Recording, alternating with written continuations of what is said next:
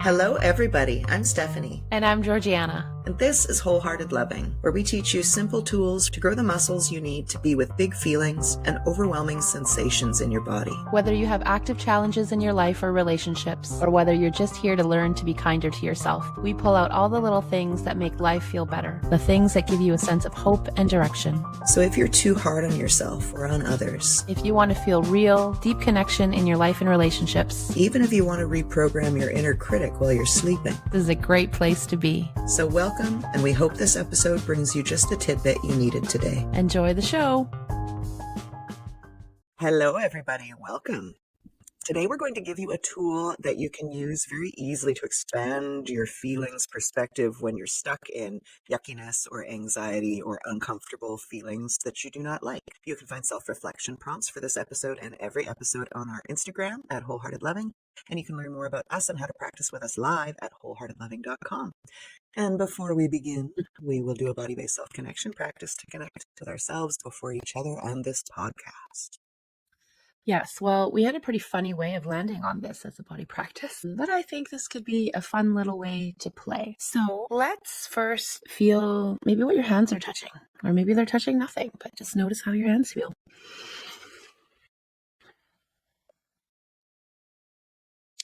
And for me, when I'm bringing awareness to somewhere in my body, it's been linked up to then also notice my breath. So for you, you might notice the same, and if not, this is the invitation to see if you want to notice your breath. You don't have to, but you could. And I just had a little glance, not on purpose. My eyes just drifted, and I'm going to hold this up. And it landed on this, and I don't know if the camera's going to catch it. It says, Word de Ware Liefde. And what that is, it's becoming the one in Dutch by our dear friend Shalina from Rising Woman. And she gifted me this book, the Dutch copy, because I lived for 7 years in the Netherlands, and it meant a lot to me to get to read her words in a language that was very close to my heart. But the reason why I'm mentioning this is that it was on my bed, and my eyes just glanced there, and I saw her name, and the inside feelings were so pleasant. And I think there would have been a time in my life where I would have seen something and not hung out long enough to recognize that there's pleasant inside feelings happening right now, or notice that there was something pleasant and then very quickly shifted my awareness to what needs to be done, or something that's unpleasant, whether it's in the mind unpleasant or some other body sensation or experience that was unpleasant. So this felt really, really sweet to catch it and then intentionally choose to hang out with it a little longer. And it's funny because it sort of leads to what we're going to talk about today a little bit. But before we go there, let's practice this, which is make the cheesiest fake smile that you can make.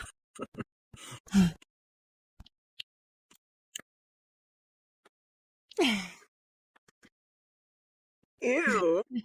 I hate this. Right? And it doesn't need to be I don't even know if these words go together. I was going to say, it doesn't need to even be a nice fake smile. So it's not like one of those fake smiles that you're putting on when someone's I don't know, taking your picture. I don't know. Not that I'd like to fake smile then, but you know what I mean? It's not that it's supposed to be aesthetically nice looking. If you look like a bit of a monster or a little muppet, that's okay. So it's just about being extreme with your face, right? In what we would consider a smile or a face of delight, but it's really fake. Ew. And just notice how that feels. Yes. Okay, and give yourself a time to shake it off. I was going to say if it doesn't feel pleasant, but also just shake it off anyways. Just shake it off. It's like cleaning the slate. Do you remember? What was that thing, Stephanie? Oh, magic. No, that's a cleaning product. Magic. What is that thing? Magic. Magna? No, I don't know. So you and shake it's it. really, yes, you shake it. It's this drawing thing. It's red, right? And it has a little fake pen, plastic pen, and you write and you magnadoodle. Is it a magnadoodle? Magnadoodle? I don't know. Anyways, but I remember how nice it was to shake it. Yeah. And then the thing would go away. And so shake it off and let that feeling sort of settle and dissolve and make space for something new. Also, I really like that if you're watching us, I just went like this. I basically took my two hands and like was turning them like I'm turning two little dials, which I think the Magnadoodle or whatever the thing is called has those two things, right? And Yellow Stephanie's like, dials. that thing, that Yeah. thing. Yes, Etch that's a it. sketch. Is that what it is? Oh, Is etch a it? sketch. It's an etch a sketch. It's not a Yeah. Magnadoodle. What the heck is a Magnadoodle? Magnadoodle was white and it had like a magnetic pen. Like it was a whole bunch of honeycomb shapes and you drew on it and it made like a dark line out of magnetness. That's a word. That's a okay. Yes, yes. Mhm. So I played with both. Me I too. really wanted actually a light bright, but a light bright never came into my life, Oh, unfortunately. yeah. Yeah, we'll Still trying. reparent myself through that one day. Anyways, now that maybe you have a bit of a different energy in you than that fake smile energy, maybe feeling your butt on the chair, or maybe your back on the floor if you're laying, maybe it's your feet on the ground. And just coming back to awareness of self. That's what we're doing. We're using these contact points to help us come a little bit back to ourselves, a little bit more back to ourselves. Now, the invitation is to bring to mind a pleasant moment, a pleasant experience, a pleasant memory, or a pleasant thought, or someone who elicits and stirs up pleasant feelings for you. And notice if a smile naturally emerges. And if it doesn't, that's okay, but we're just noticing. So I'm going to take some time to do that too.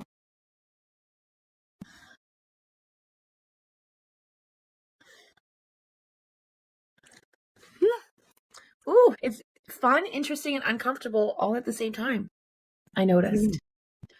So I brought to mind something really sweet, and I was just with it. And actually, my face was quite neutral, but I was feeling the sweetness in my body. And then there was a moment that my brain was like, oh, like this is a sweet moment. You're supposed to smile. And I could feel very briefly the beginning of not a forced smile, but a more like something that wasn't a natural emergence.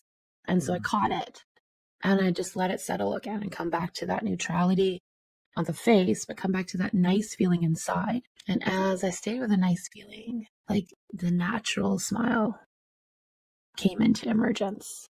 And that was such a different feeling smile. And there was for me, a longer pathway than the fake smile. The fake smile, I'm like, oh, I know how to turn on fake smile. But for me to feel that natural, like let it land in the body, I'm holding it in my mind, let my face respond. It was a little bit of a longer path than I expected. And I don't think that's always the case. It was just, this was the case today, this moment. And I think it surprised me a little bit because the mind labeled it immediately as a pleasant thought. But my body just needed a little time to hang with it until it felt that thing. And this is what's really cool when we facilitate groups and we work, one-on-one with people, we often introduce to them the idea of slowing things down, of like saying one thing and then like pausing and hanging out to let their body catch up. Is because our minds can go so fast and the words that come out of our mouth can roll out so fast that we can be saying something that's really pleasant but feeling nothing. And like our bodies hasn't had time to catch up and like let yourself feel it, enjoy it, know what that goodness feels like. And we also, on the other end of the spectrum, can talk about things that are really hard and feel nothing, or not feel the nuance and the texture and the flavor and the depth of it. So maybe sometimes it's not that you say it and you feel nothing, but that we actually don't have a very clear awareness of how it's impacting us on a body level. And when we don't know how it's impacting us on a body level, it's very hard to tend to us in terms of what do I need, right? I said this thing about this hard thing I'm going through or have gone through. I don't really feel much going on in my body. I'm not aware of what's happening. And so I can't go further. Like, what do I need? I need nothing. If I feel nothing, I probably need nothing. Mm-hmm. And then there we miss it. We miss the opportunity to tend to ourselves because we're not actually aware of how it's impacting us on a body level. And this can be really deceiving because many of us know how to talk about what's hard and what has been hard. And we think we've talked about it and we are not connected to how it impacts our body. And so we haven't tended to it, but we think it's done now. I've talked enough about it. Why do I still feel bad? And this is a great reminder of the importance of not just thinking something and being with a thought, not just expressing it, which is important, you know, but letting yourself have an intentional moment of hanging with it. Which is like what we're trying to avoid. When I hear you talking about hanging with the sensations in our body and the huge rush we're always in to not hang with those sensations, it's because we've gotten so used to trying to avoid unpleasant feelings. Mm-hmm. And I think that people know at this point that if you don't feel the bad stuff, you won't feel so much of the good stuff. Yes. And this is like the entire point of all of this. When we're running all of these stories in our mind, which both compound and help us avoid unpleasant feelings in our body, Yes. then the Yes. default pattern becomes just to not feel anything in our body. And Yeah. the parts that we notice are the icky parts that we then run away from, right? Yes. And what we're saying here is you can choose moments. This is what formulates your life. When you're noticing that you're feeling icky, the noticing is huge, and then you have a choice. And for Yeah. every moment that you practice on purpose feeling nice for 1 second, you're accruing 1 second of niceness. And the more of those pleasant feelings you choose, the more your life feels pleasant. It's Yes. really simple. There's a really interesting duality here that I think is important to name. And first, I want to say, I've always loved Brene Brown's work, and what you said reminded of what she wrote. When you numb the pain, you numb the joy, right? When you numb your ability to be with the pain and hold it gently and bring some curiosity to it, we also numb our ability to feel, because it's all feeling. It's just a spectrum, right? And we numb our ability to feel the joy and the depth of the joy and the vibrancy of the joy. So we're really learning how to come back into feeling. And at the same time, a lot of us might say, oh, but I know how to feel. I felt crappy for decades, or I feel crappy all the time. And here's the thing, you said stuff, something about it can either, what is that word? I wrote it down. I can't read my chicken scratch. Make it bigger. We're making the yucky feeling bigger, or we're avoiding it. Those are the only things we know. Not the only things we know, but we're often stuck in those two patterns, flip-flopping, right? You're compounding. That was the word. You're compounding this icky feeling, making it grow bigger and bigger. And we tell ourselves, oh, that's me feeling my feelings. No, no, no, it's different. Right? You're telling the story of your Yeah. feelings. Yeah. Yes, right? Or we run away from them, we numb them, we pretend they don't exist, we minimize them, we distract. And there we also didn't learn how to be with it for a moment. Right? So today's practice is for when you notice some icky feeling stuff inside, and you might have a go-to, an old protective pattern of hanging in it for a really long time, using your friend, the mind, and adding more and more thoughts to it that just compound and make this icky feeling bigger and bigger. And then you have worked so hard to try to figure out how to heal this thing and feel like nothing's shifting or nothing's making a difference. Like I still feel that icky, yucky, all encompassing feeling all the time. And here's two skills that I think are important to practice. When you notice that happening, let yourself maybe feel your butt on the chair. If it helps you, place a hand somewhere on your body. Notice that sensation that's feeling icky for just one breath. Just hang for one breath. And then after that, this is the key. And then after that, we play a game. And it's called the "and what else" game. And we might have spoken about this in another episode, but recently we shared this practice, or we practiced it again in a bit of a different way in our Priming the Body for Peace calls. And someone was sharing with us, I've been taking that phrase with me everywhere I go lately. And what else? And what else? And what else is here? And what else could I orient to? And this is about playing a game where we look for, and what else is here other than that thing that's hard to feel and icky, and just tracking. Is it, and what else is here other than my tightness in my tummy?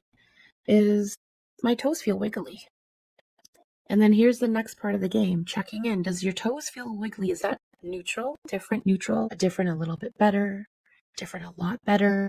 And this one someone really liked was, is it maybe different, less bad, right? Because sometimes that's our access point, less bad. I can recognize less bad, but I can't really recognize a bit better. But really, we're playing the game of looking for, and what else? What is different, neutral, different, a bit better, different, less bad here right now? Because, and this is not trying to avoid what's hard. This is hanging out with what's hard for a breath, but this is taking the time to acknowledge. And I think this little convo with yourself matters. You know what? I know this feeling very well, or I know this sensation very well.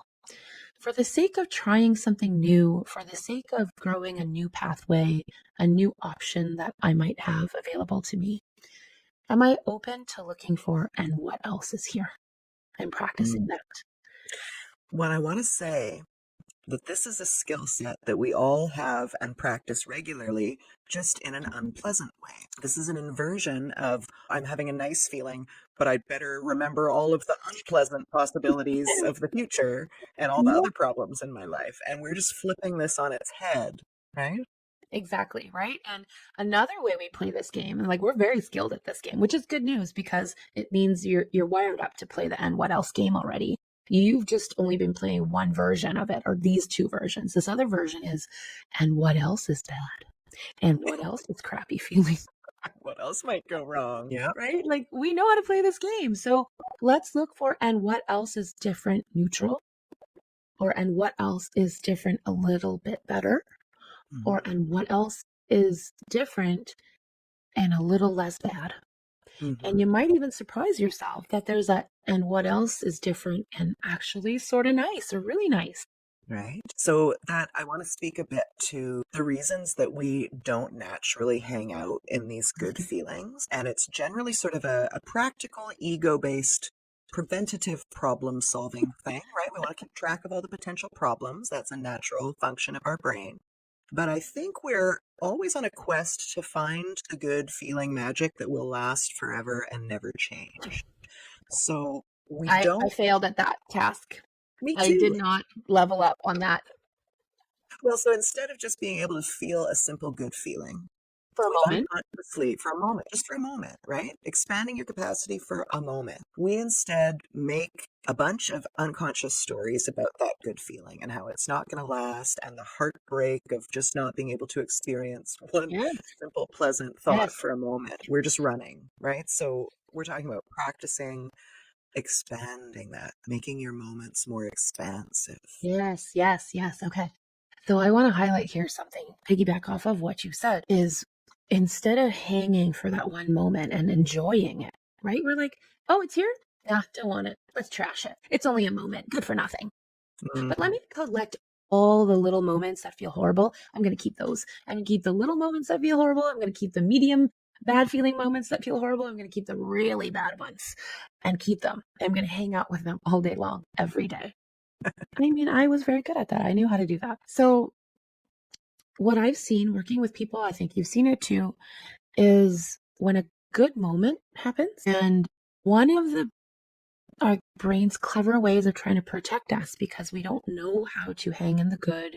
Good could have signaled scary and dangerous right after in the past. Good can signal the fears of scarcity of, will this ever happen again? And but I've worked with people where their brains go very quickly to, but do I deserve this? Am I worthy of this?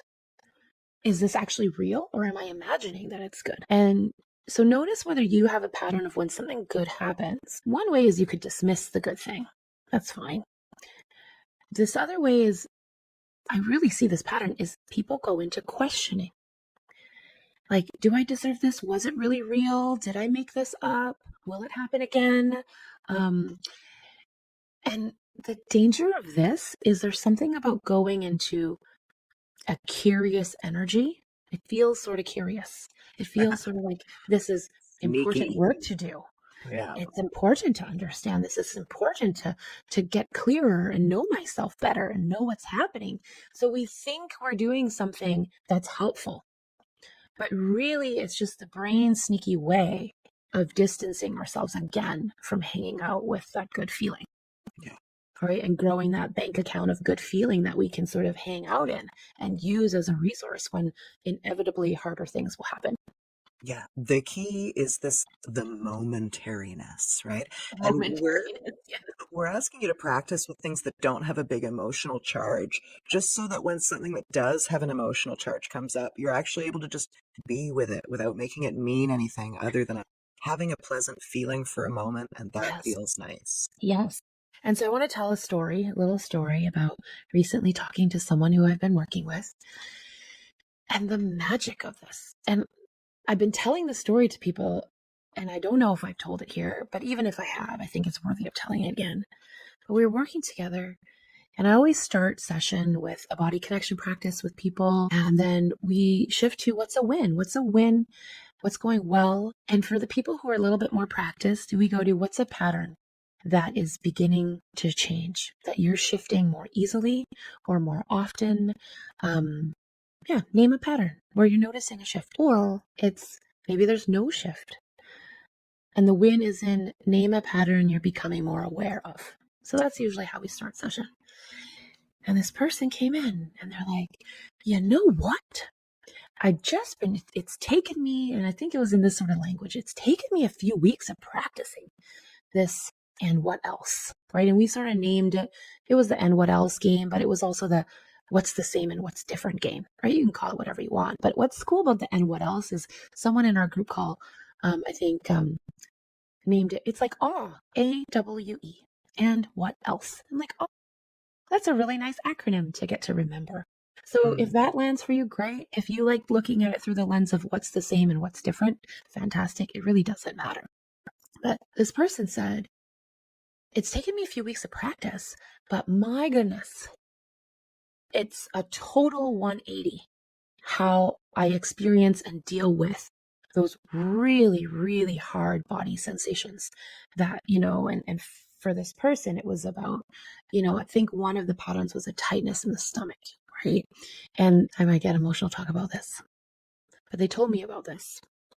And I was just so delighted that they had experienced something different, so delighted that they recognized with a bit of practice, so much could change. But where it really hit me was because I have known this person for some time, and I know how hard they have worked on their healing journey. And I know how much of a struggle it's felt like at times. And I know how helpless they have felt at times, even questioning, could it be that I'm the one person that none of these healing tools are going to work for?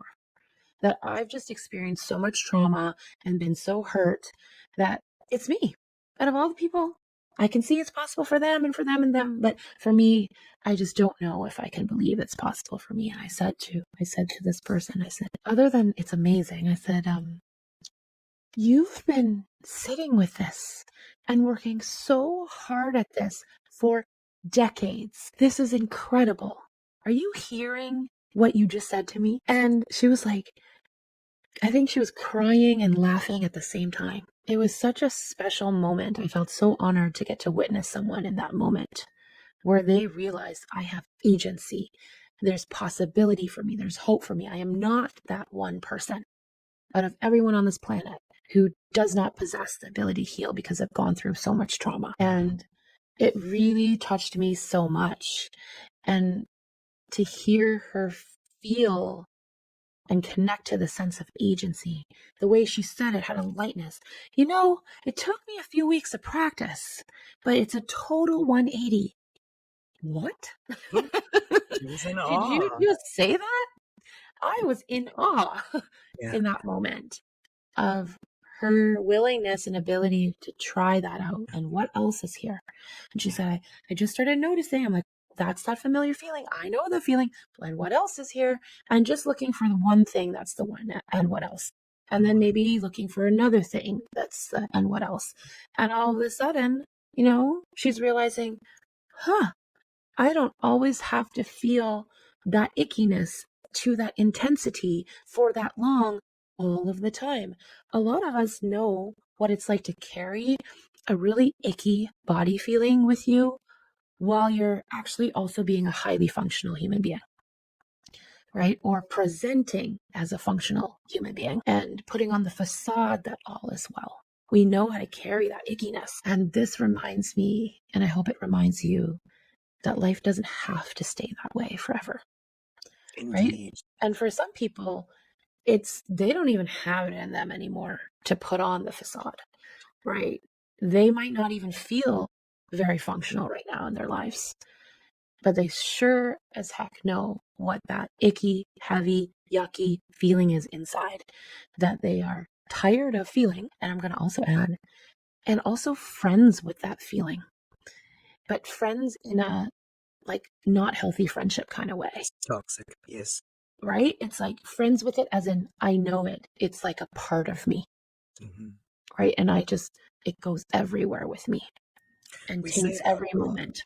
If this voice in your head had a megaphone and was a body in your space, would you hang out with them? And we all know that the answer is no, but we welcome them into our minds just on Yes. a constant Yes, we basis. wouldn't even want to hang out with them, but here's the kicker. We're taking it one notch higher and we're welcoming them in. We're like, come in, come hang out with me and go to all these places with me today. And I'm actually, instead of giving you a tiny microphone, I'm going to give you the biggest speaker sound system as possible and let you just keep filling my space with all of these yucky feelings and thoughts. Come, have fun with me today. Yeah. And then we wonder why we didn't have a pleasant day. Right? Yeah. Yeah. But if you invite everyone else in too, it's going to dilute that real good. And you'll Mhm. find yourself in a state of awe for what else is possible. I Yeah. think that awe is a really apt acronym for this because we're talking about this expansive way of thinking. And we're also talking about the icky feeling. So when you're having this icky thought feeling, I'll call it, that's your entire reality in the instant that you're having that Mhm. experience. Mhm. Meanwhile, there's all of, God's creation or whatever you want to call it, which is a lot. There are so many options that it makes sense to be in complete awe of what's possible. And it doesn't so much make all of the sense to stay in this one icky thought when you've got all of these options. Why would you keep eating the thing you don't like when you've got a smorgasbord of everything, Yes. you know? Yes. And, beyond having a moment of reprieve from the harder feeling thing, I think hanging out in moments of, and what else, like the awe of what is pleasant or decent, it's also building capacity for you to actually be with the thing that's hard in a way that's Mhm. helpful. Not in a way that just spirals you into this collapse place, right? Or this helplessness place. It's, oh, I can feel that there's deep grief here in me around this thing that just happened. It's helping us build the capacity to be with the hard stuff in a way that helps us integrate the hard stuff and move through what's hard and come out the other side, right? And then another reason I think it's important to practice the awe, the and what else is here that's different, neutral, different, pleasant, is like you said before, it's a pattern interrupt. It shows our whole system, hey, I'm used to just feeling the hard stuff and then using my mind to create it into something bigger and looking for the and what else is bad, right? And feeling the and what else is bad and not nice. And my body and my nervous system has gotten into the programming to think that that's normal, quote unquote, and that's safe, even though I don't like it and I claim to want it to stop. Our bodies function on that pattern now because it's had so much repetition that anything that threatens that Mhm. pattern, we're initially going to deem that as danger, whether it's consciously or subconsciously, we're going to deem that as danger. And we're Mhm. not going to want to orient or have the capacity to orient to this other really big thing or this other lovely relationship or connection in your life. You're going to get pulled very quickly back to what's bad. Well, and you might not even believe that it's possible, right? Right. Like Right. if you've had, when I think about people's different ways of being with problems, for example, what I naturally learned, inherited, experienced most of my life was like a hysterical response to Mm. problems, a catastrophic hysterical response. So that's like I'm right up to the max immediately as soon as there's a problem. And encountering people who were just like, no big deal. At first, I interpreted that as like, oh, they don't care, they're lazy, they're Mhm. dumb, anything that where I start saying nasty things to people in my head. I know I've reached some limit in my mind that's artificial. But being able to be with that, so that's what you're creating for yourself as well, right? unpleasant things come up, what's your internal response? Is it hysterical, doubling down on the negative, bad stuff? Is that all you Mhm. can see and all you can believe is real? What if you were the person for yourself who was like, yeah, this is a problem I need to surmount. There's also Mhm. lots more to look at. And what else? And I have the Mhm. tools I need to deal with this. You know, all of Yes. these voices Yes. are possible for you. Yes. I love it. I would love for us to take this concept of practicing awe, looking for and what else, right? Today we practiced it in terms of the sensation, right? Notice a sensation that's sort of unpleasant, and it's probably unpleasant and familiar, right? But it could also be unpleasant and unfamiliar. And then see if you can find a body experience sensation that's a little bit different or neutral, right? And hang with that for a breath. See what that's like. And I always add, if it feels pleasant, if you notice that it feels pleasant, or even if it feels decent, are you willing to hang with that for just one breath and enjoy it? Right? The idea of enjoying something decent or pleasant, it sounds very logical, but it doesn't cross our minds very often, right? And so growing that muscle is really important. And Yes. I want to circle back to sharing one example of actually how I use this at the gym today. Because sometimes it's not an emotional icky feeling. It's not a sensation that's tied Mm, to an emotional thing. And then I'm hoping that we can record an episode after this where we talk about how we can use this idea of awe, the looking for and what else when it comes to our thoughts. Right? This mhm, is really focused on sensation and body experience. I think it's really important to grow both of these muscles. mhm, Right? So, but before that, I want to share how I used it today at the gym. The workout is intense, and we have now finished the workout. It was only 24 minutes, but my goodness, heart is racing, sweating, everything, laying on the ground, laying on my back. And I decided to go to, the pressure point we've talked about on different episodes. And I used the one on my wrist and the one on my head at the same time. And and what else? And what else is I feel my thumb pressing on my arm, right? And then afterwards, I did another thing for my body. This is a new trainer at this gym that I go to. And so we haven't had this experience. He doesn't know me that well yet. But at my previous gym, what I would ask them to do after my workout, I would like to go into pigeon pose. There's something about being in that pose on the floor where I feel pressure in different spots of my body.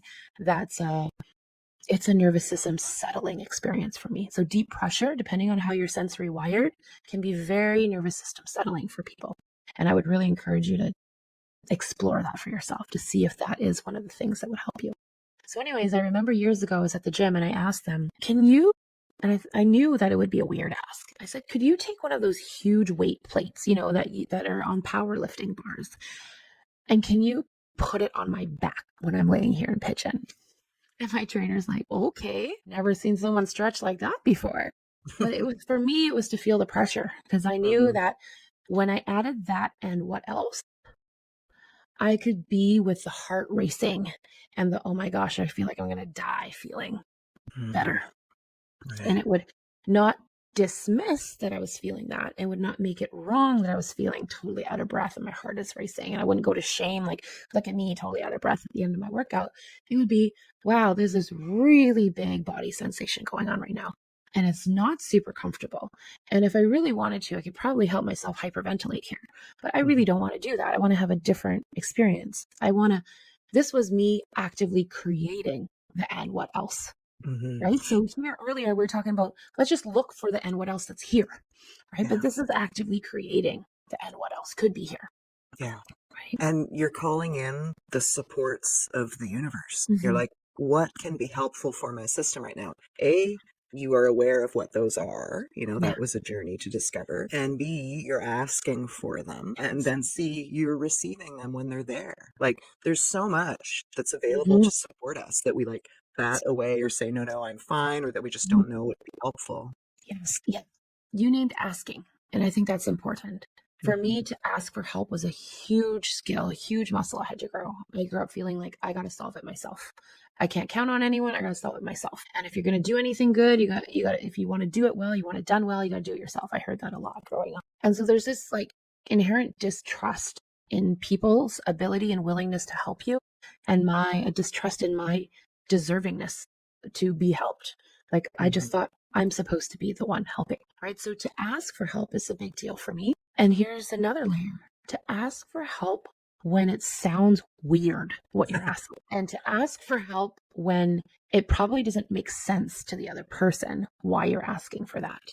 But to be anchored in I know this is helpful for me. Or maybe it's not I know, it's I'm curious if this might be helpful for me right now. And I'm willing to give myself the opportunity to explore it, even if someone else doesn't understand it. Mm-hmm. And to still be willing to ask for help in that situation.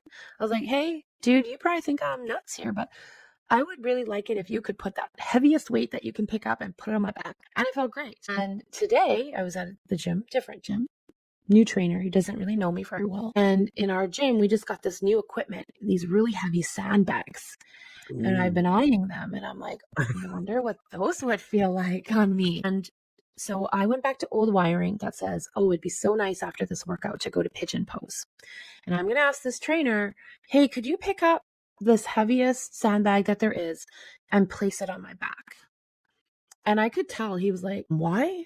But okay. And he's like, and how? Like, do you want it lengthwise or this way or that way? And he's really lovely and trying to maneuver it in a way where it wouldn't roll off my back. And finally, we found a sort of spot where it could stay, but it's this round cylinder-like sandbag, so it's really not the best shape to stay on my back. So I was like, okay, good information. I like the heaviness of it and how it helps me really sink in. The pressure of my back and the pressure of my chest pressing into the floor really helps me settle that heart racing. But it wasn't the most pleasant to feel like I'm trying to balance it on my back. So I thought, well, and what else? What if I laid on the floor on my back and put this sandbag across me on my chest? And I was like, oh my gosh, this is amazing. And interesting, because this is what happens. I went to, oh my gosh, this is amazing. And then I'm like, oh, and what about here? And what about here? And I'm like, no, no, no. Hang out here for 3 breaths in the first spot where it feels amazing. Don't just be in your head about, oh my gosh, this is so amazing. Can't believe I figured this out, blah, blah, blah, blah. That's all great. But like, let's come back and just hang out and enjoy it for a bit. And then when I had my 3 breaths there and it felt like time to shift, I'm like, what would this feel like on my solar plexus? So I moved it down a little lower. I was like, oh, this feels good too. So let me hang there for a breath or 3. Like, oh, let me find out how it feels when I lower it a little bit. Well, really good, right? So that was like taking something you sort of know about yourself, and the circumstances are a bit different, but like use that as a launching point and then collect data, right? Is this the way you want to do it? Do you want to tweak something? And my body was so happy with me for doing that. And then I shared a new tool with the trainer, right? I shared the pressure point with him. I shared how the heavy, deep work can be nervous system regulating. And I want to really highlight this point. This could be a whole episode on its own, but just to plant the seed. If ever you have wanted or thought, I need to be or I should be more physically active, but I hate and can't stand or am terrified of feeling my heart race and feel sweaty, then this piece is important. For some of us, when our heart has been racing, when we're out of breath, when we're sweaty and clammy, it has been associated with danger, right? Actual physical danger, emotional danger, the threat of possible danger. So we are going to try to avoid feeling that at all costs, right? You're feeling it enough anyways because your old body memories are getting triggered all the time and you feel this yucky body sensation. So the last thing you're going to want to do is go do some type of activity that creates more of that sensation, that stirs up more of that old body memory that there's danger and that you are not capable of being with that sensation and that that danger is happening again. So I think it's really key for us to be able to look for the and what else, and also key for us to learn to pair moments of something that feels a little more decent with these other moments that feel really intense so that we can wire up something different. which is not everything that makes my heart race, not everything that makes me clammy or sweaty equals danger and must be avoided, right? And we can do that with simple things of after a workout when everything is racing. It doesn't even have to be after 24 minutes of workout, after something short that I do that brings up that sensation. Can I counter it with something that's good feeling? Can I bring some reprieve to my body somehow in a way that doesn't harm me? Yeah, calling in the support.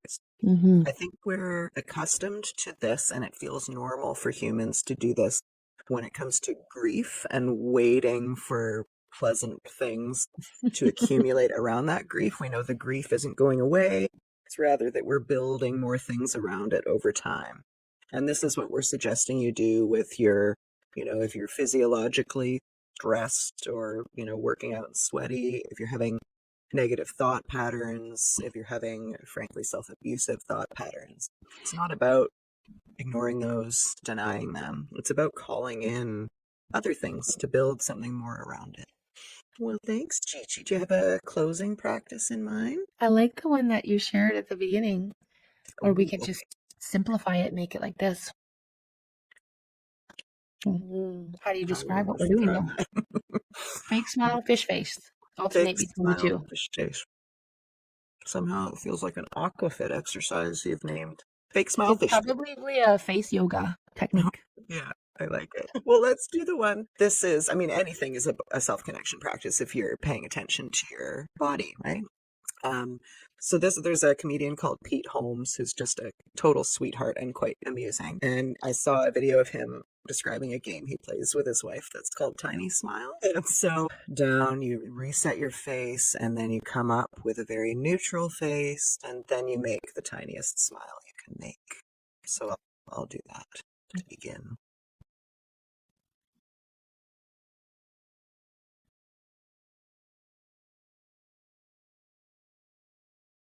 Yeah.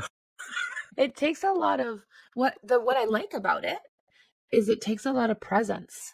Like it takes a lot of awareness to like find the like just the tiny micro shift that turns it into the tiniest smile. Yeah. That's what I like it for. I don't Yeah. like that actual feeling because it feels restrained, it feels controlled, it feels yeah. But to notice like that's already big, I think. Right?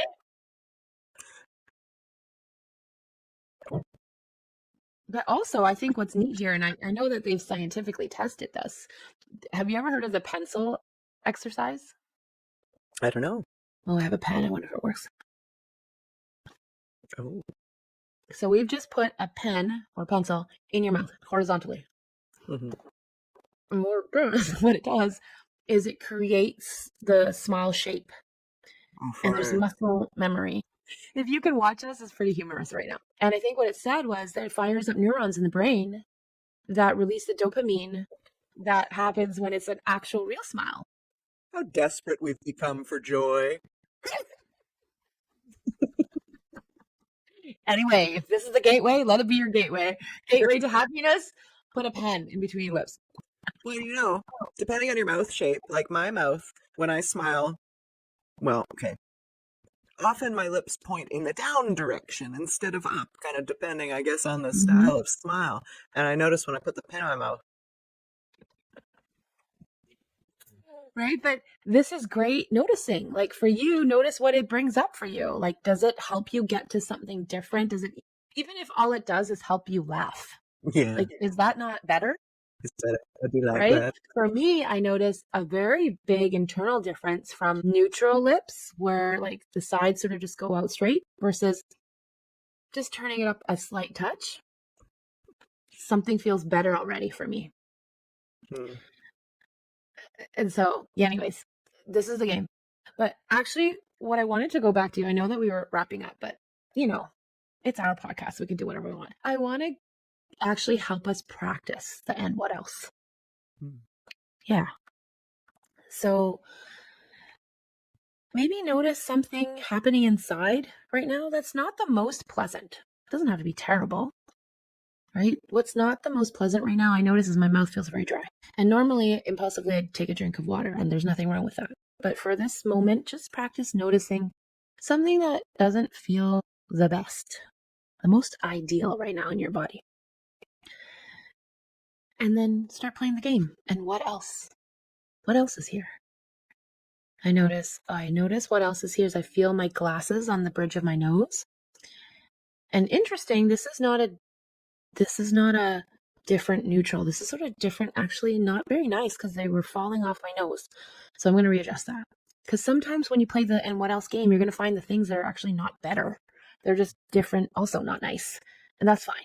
It just means you keep playing the game. You just hang out there for a moment and play again. And so what else? What else is here is right now I feel my hands pushing on my ankle and my foot.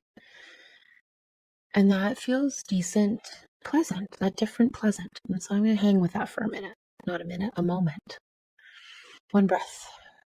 And what was neat, so neat, I never noticed this before, is as I was just turning to notice my hands on my foot, I also noticed that my breath was softening in my chest. So it was just a tiny act of like giving myself the task of looking for what and what else. I became aware of my breath here feels more expansive. Not great, but a little more expansive. Another reason why this game is important is actually sort of like what you talked about with the tiny smile. It helps you notice micro shifts. Mm-hmm. If you have been in the conditioning of only thinking that something good has to be something like humongously, overwhelmingly fantastic, you're probably going to feel like nothing good happens to you ever or on any given day. This practice helps you hone in and grow the muscle of looking for tiny differences.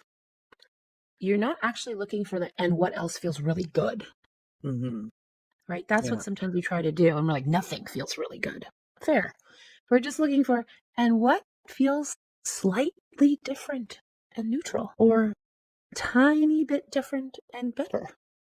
That's it, right? With the intentionality, I want to say a bit about how important the intentionality is here. So it will be really easy. Your brain will co-opt any tool we give you. And I could see myself quite easily avoiding an icky feeling by zipping over to, oh, what else is here? Let's ignore. So for me, it's important to be holding the icky feeling while I'm calling in the other things, or moving back and forth Yes. between the good and the icky, or the decent or the other and the icky, Yes. because I'm Yes. trying to grow my capacity to be with that icky stuff. Yes. So you're talking about pendulating, like going from like there's a titration and pendulation happening. Like I like to look at it as I'm dipping a toe in the hard thing, and then I dip a toe in the decent neutral or decent little bit better thing. Mm-hmm. And then sometimes it's intentionally dipping the toe back into the hard thing, right? And noticing, hey, does the hard thing feel exactly the same? And you're not going for it. It has to feel better, but you're just noticing.